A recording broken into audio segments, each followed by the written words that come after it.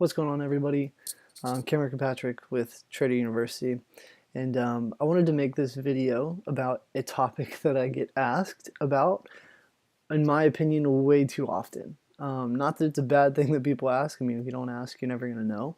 But this topic specifically, it's an extremely important topic.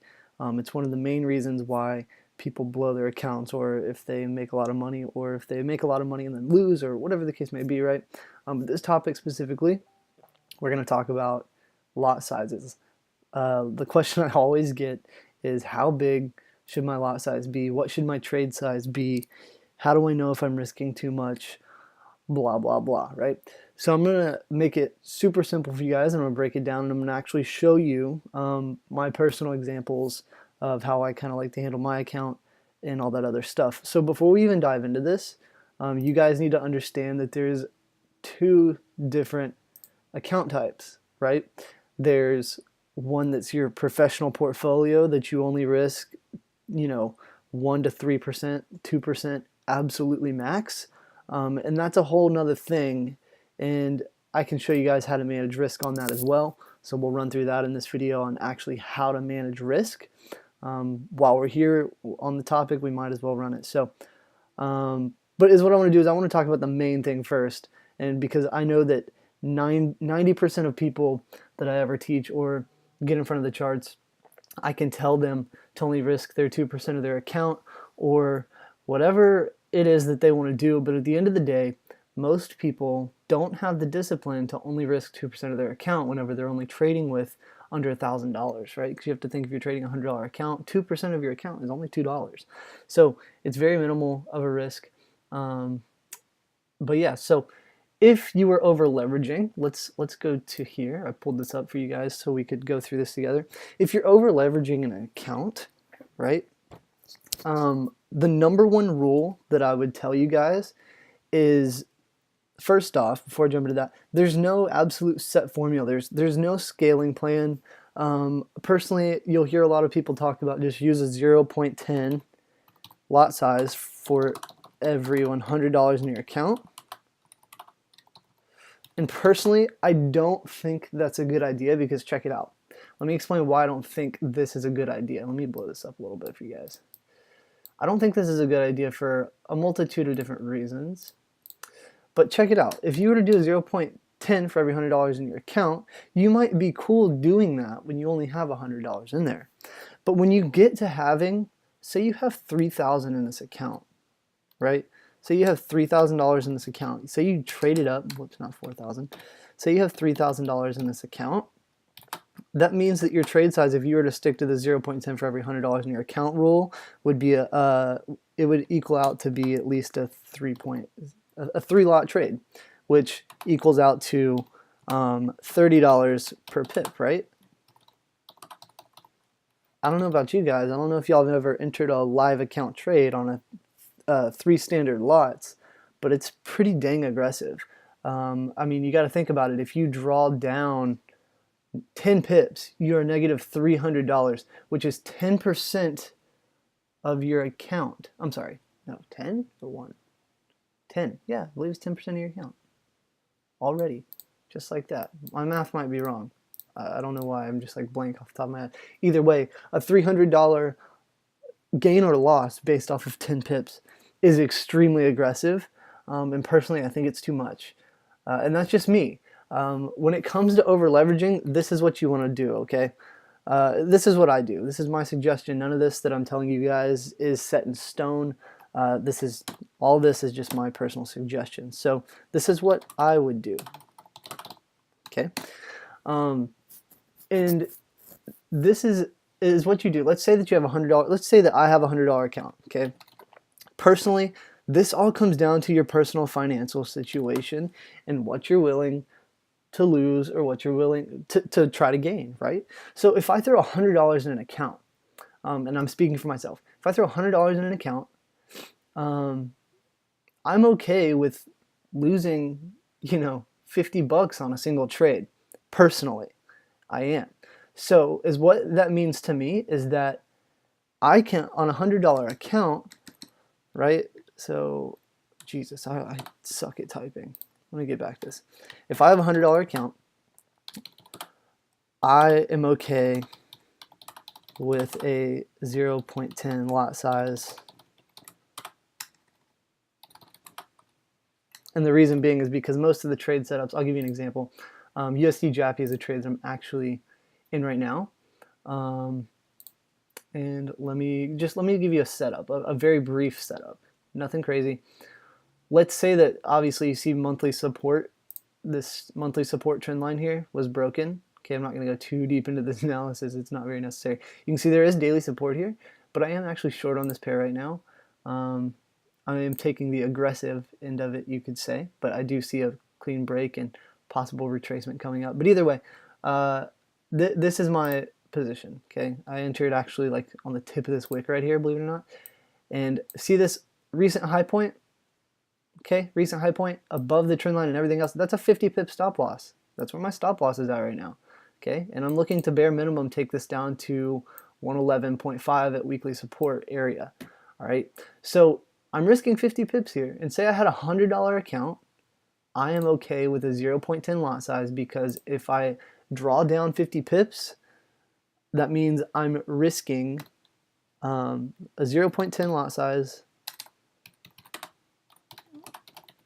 at a negative 50 pip loss is a $50 loss, right? Okay, so I'm okay with that loss. And one of the main things that I would tell you guys is your trade size is too big. If you cannot place your trade, shut the computer down, shut your phone down, and walk away and let it run until it fulfills your target or hits your stop loss. If you have to sit there and check your phone every 20-30 minutes or an hour or whatever, and you're actually worried about it, your trade size is too big, go in and take some off of it. I'm telling you right now. It is okay to over leverage when you do it correctly. All right, and you coming in here with a $100 account, dropping half a standard lot is sabotage. It's absolute sabotage. So let's give one more example, okay?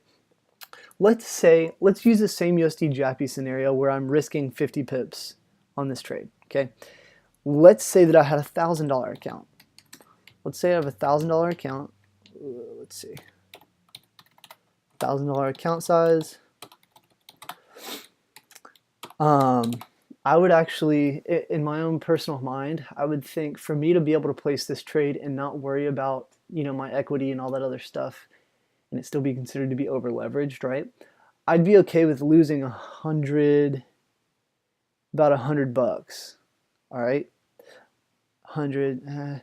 Nah, I'd be okay with losing 200. It'd be fine with me. I wouldn't cry about it. So that means that for my trade size, if we're risking 50 pips, that means a 0.2, or let me see. Let me do the math on my phone so I don't screw up here. Let's see. So if I have a $1,000 account and I'm talking about risking 20% of it, right? That's $200. So that'd be a 0.4, right? 50 pips times $4 a pip. Yeah. So that means in this case, my trade size would be a 0.40 lot size, which equals out to be $40 per pip. I'm sorry, $4 per pip.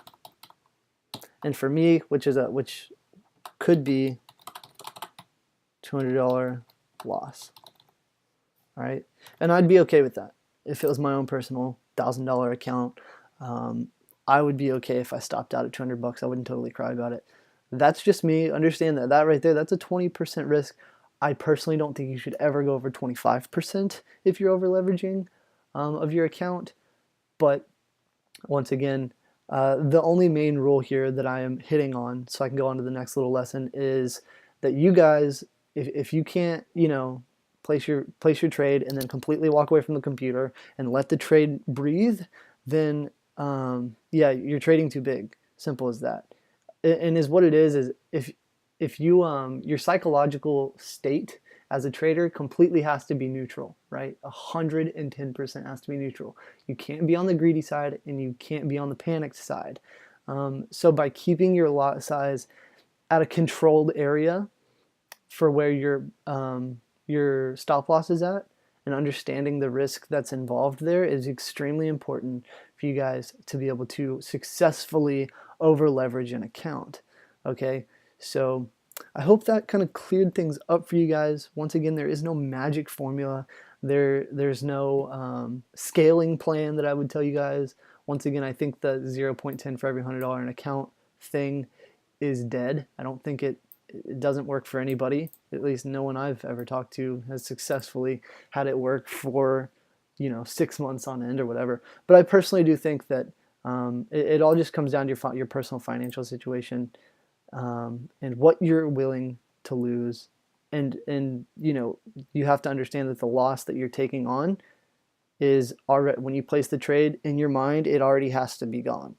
Okay, that loss has to already almost be initiated. All right, if that makes sense. But let's talk about the professional account and how to manage risk while we are on this topic. Okay, so let me get rid of this. And let's go back to here. So this all just comes down to your trade setups. Simple as that. First off, one of the number one rules, if you're a student of mine, you know that you absolutely cannot take a trade if it's a 1-to-1 risk to reward ratio. Obviously, it's your risk to reward ratio tool, or your position tool, you could say. And here you can see we have a 1.64, so this is okay. But if our target area was under a 1, which is less than what we're looking like, we're risking more than we're looking to gain, that doesn't make any sense. So we wouldn't be looking to do that. So always over a 1-to-1, just to start off so you guys know. Secondly, let's say that we were to take this position on USD JAPY for a short from where it's at. You can see that our stop loss going above the most recent high puts us at a 50 pip stop loss. You can see that right there, 50.5, which just tells us how many pips we're risking. And we're looking to gain 82. So what you can do is you can go to the MyFXbook page and go to their Forex calculator, or you can just Google Forex position size calculator. It'll come up.